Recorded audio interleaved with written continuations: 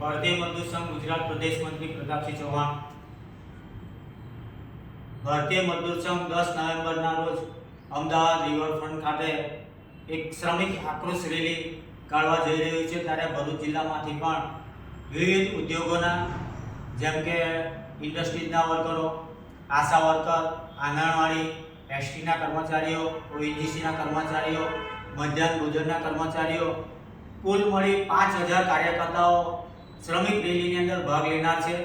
અને આવનાર દિવસોની અંદર ભારતીય મજદૂર સંઘ અમદાવાદ ખાતે 10 નવેમ્બરે 1 લાખ લોકોને શ્રમિકોને ભેગા કરી એક શ્રમિક રેલી કાઢનાર છે.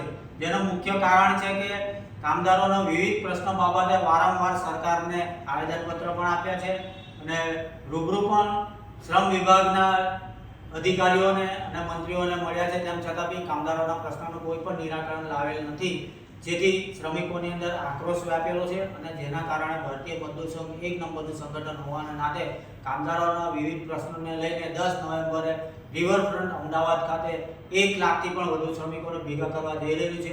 ત્યારે ભરૂચ જિલ્લાના કામદારોને વિનંતી કરું છું કે વધુમાં વધુ સંખ્યાની અંદર રિવરફ્રન્ટ ખાતે ભેગા થાય એવી અપેક્ષા રાખું છું. અસ્તુ ભારત માતા કી જય.